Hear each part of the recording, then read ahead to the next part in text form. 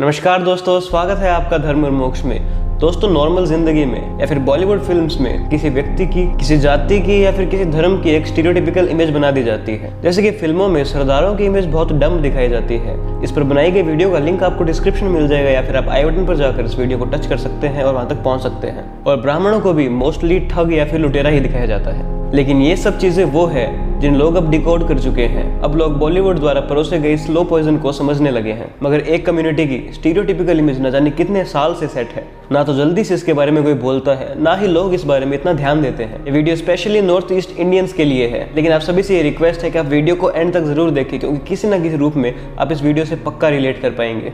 और कहीं पर भी किसी ने भी इससे रिलेटेड वीडियो नहीं बनाई है, तो पूरी जानकारी के लिए वीडियो को प्लीज एंड तक देखें। मैं हूं ऋषि तावन्य और शुरू करते हैं आज की ये बात। दोस्तों, क्या आपने भी ये देखा है कि ज्यादातर बॉलीवुड की फिल्मों में चाय की दुकान पे काम करने वाला या फिर वॉचमैन का नाम बहादुर होता है, और ये हमेशा या तो नॉर्थ ईस्ट के होते हैं या नेपाल के होते हैं। ये बात सच है कि वहां से काफी लोग शहरों की तरफ माइग्रेट होते हैं, स्पेशली नॉर्थ वेस्ट इंडिया के साइड। और जब इन्हें नौकरी नहीं मिल पाती तो इन्हें छोटी मोटी कोई नौकरी लेनी पड़ती है ताकि इनका घर चल सके। और ये लोकल काम वालों से कम पैसे में काम करते हैं, इसलिए व्यापारी भी इनको काम पर आसानी से रख लेते हैं। और हम लोग इनके लुक्स की वजह से हम इन्हें चीनी बोलने लगते हैं। और ये बहुत ज्यादा दुख की बात है। किसी को चाइनीज बोलना सिर्फ उसके लुक्स की वजह से बहुत गलत है। फिल्मों की वजह से और लोगों की गलत विचारधारा की वजह से धीरे धीरे ये फिर माइंडसेट बन जाता है कि सभी नेपाली और सभी नॉर्थ ईस्ट के लोग या तो वॉचमैन होंगे या फिर किसी दुकान पे काम करने वाले होंगे, या फिर ऐसे दिखने वाले सभी लोग चीनी या जापानी होते हैं। और राजस्थान, महाराष्ट्र, हरियाणा, इस साइड में जहां भी किसी भी व्यक्ति की थोड़ी सी शक्ल भी नॉर्थ ईस्ट के साइड वाले लोगों से मिले तो लोग उसका मजाक उड़ाने लगते हैं, उसे चीनी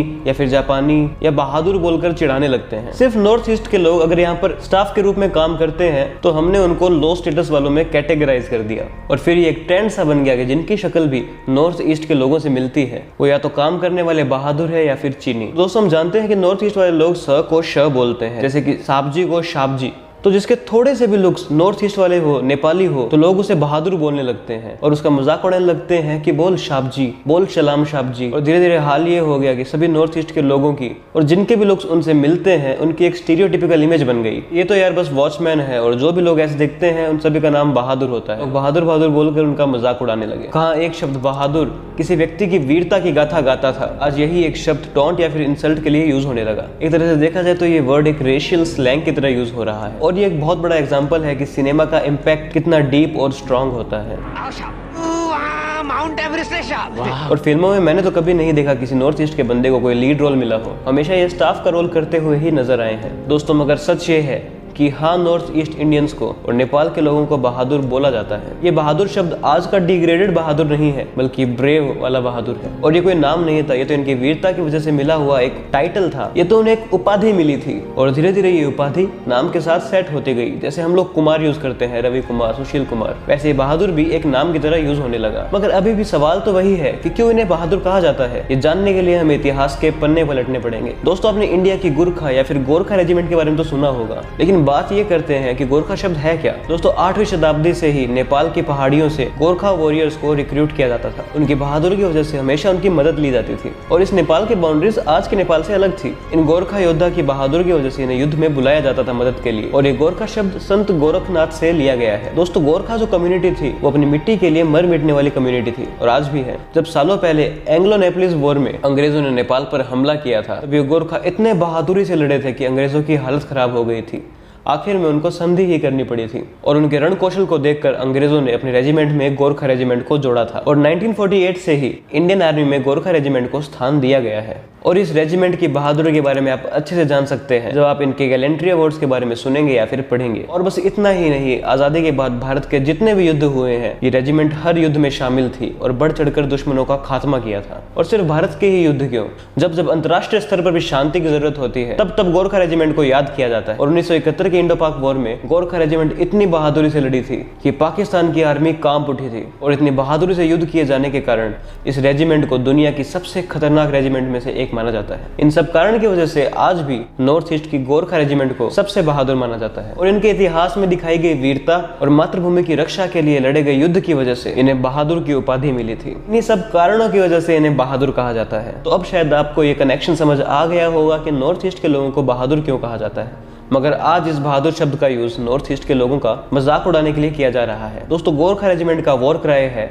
जय महाकाली आयो गोरखाली। दोस्तों गोरखाओं का मानना होता है कि कायरों की तरह जीने से बेहतर है बहादुरों की तरह मर जाना। और हमारे farmer army chief Sam Manekshaw ने इनकी बहादुरी को बताने के लिए 2 लाइंस यूज की है कि अगर कोई व्यक्ति मरने से डरता है तो या तो वो झूठा है या फिर गोरखा। अगर आर्मी चीफ ऐसी बात कर रहे हैं तो इनकी बहादुरी पर सवाल उठाना मूर्खता होगी। और इसी के साथ ये भी समझ आ जाता है कि इन्हें बहादुर क्यों कहा जाता है। मगर कितने दुख की बात है कि नॉर्थ ईस्ट इंडियंस के लिए यूज किया जाने वाला ये बहादुर शब्द आज उन्हीं के लिए एक भद्दे तरीके में यूज किया जा रहा है। आज किसी व्यक्ति को जिसके लुक्स थोड़े से भी नॉर्थ ईस्ट वालों से मिलते हैं, अगर उसको कोई बहादुर बोल दे तो उसको शर्म आ जाती है, उसको बुरा लग जाता है, उसको बेइज्जती महसूस होती है, क्योंकि उसे लगता है कि सामने वाला व्यक्ति उसका मजाक उड़ा रहा है। मगर जो मजाक उड़ा रहा है शायद वो ये नहीं जानता कि ये बहादुर शब्द न जाने कितने शहीदों की कुर्बानी पर वहाँ के लोगों को उपाधि के तौर पर मिला है और हम लोग इस बात पर हंस रहे हैं। दोस्तों हमारे इतिहास में नॉर्थ ईस्ट साइड वाले लोगों का बहुत बड़ा योगदान है और हमें इसको भुलाना बिल्कुल भी नहीं है। उन्होंने भी तो इस देश की रक्षा के लिए बहुत से बलिदान दिए हैं, तो उन्हें चीनी या जापानी कहना उनका बहुत बड़ा अपमान है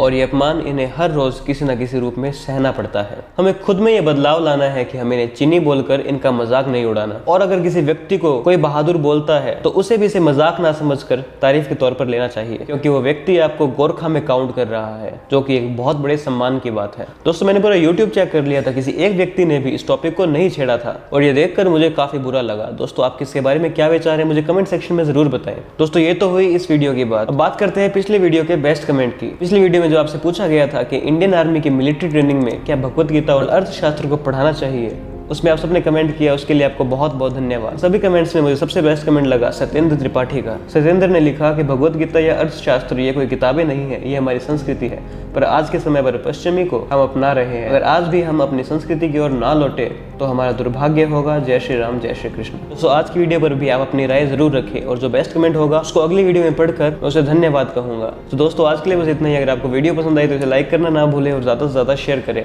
और हमारे चैनल धर्म और मोक्ष को सब्सक्राइब करना ना भूलें। धन्यवाद।